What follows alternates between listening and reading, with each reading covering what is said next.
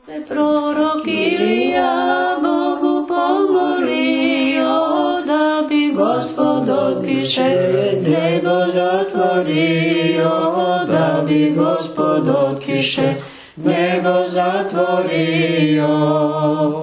3 godine 6 mjeseci nije bilo kiše, tako Sveto pismo oj narode piše, tako Sveto pismo oj narode piše.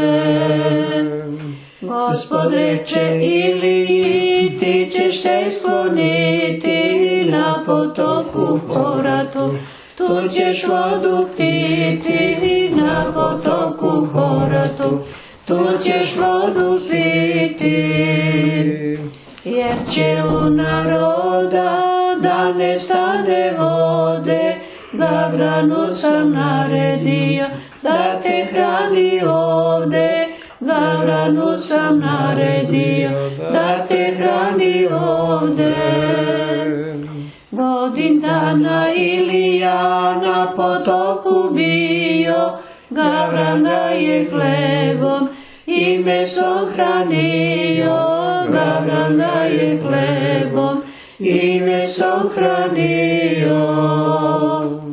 Tada na potoku sasuši se voda, a Iliji dođoše reči od Gospoda, a Iliji dođoše reči od Gospoda. U Sareptu Sidonskoj ti ćeš nastaniti, ženi udovici, ja ću narediti, ženi udovici, ja ću narediti. Ilija ga posluša i u Sareptode vide jednu ženu, iza iska vode vide jednu ženu, pa za iska vode. Ode žena da donese vode na merniku i hleba mi donesi, imam glad veliku i hleba mi donesi, imam glad veliku.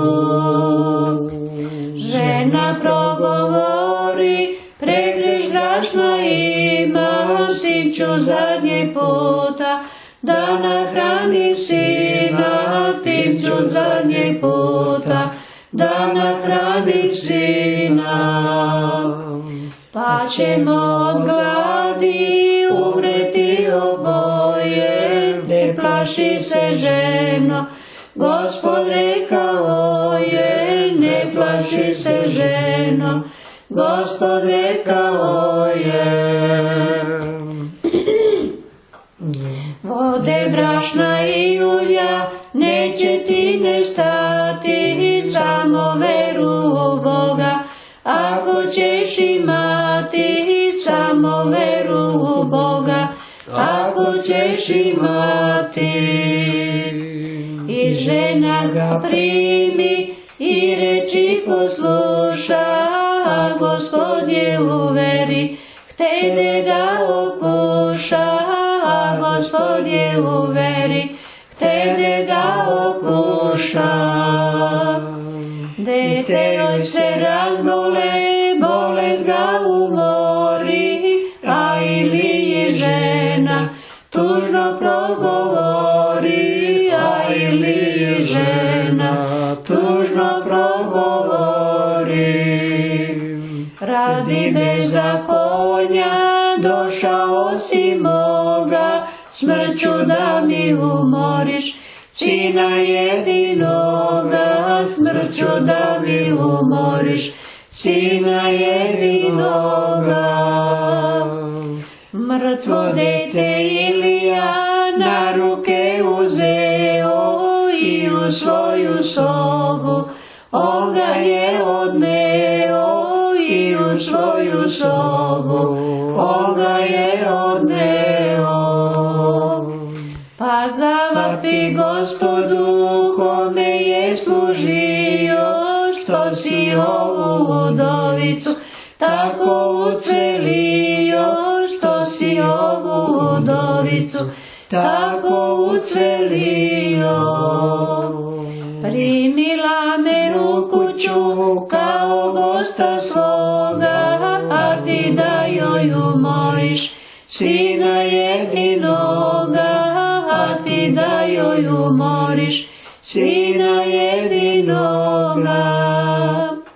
Tako 3 put zavapi, Gospod ga posluša, pa se u deteta povratila duša, pa se u deteta povratila duša.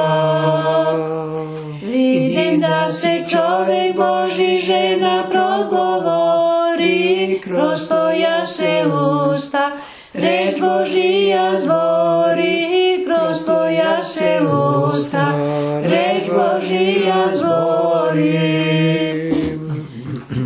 Svako dobro delo Gospod dobri plati, a prorok se Ilija Izraelju vrati, a prorok se Ilija Izraelju vrati.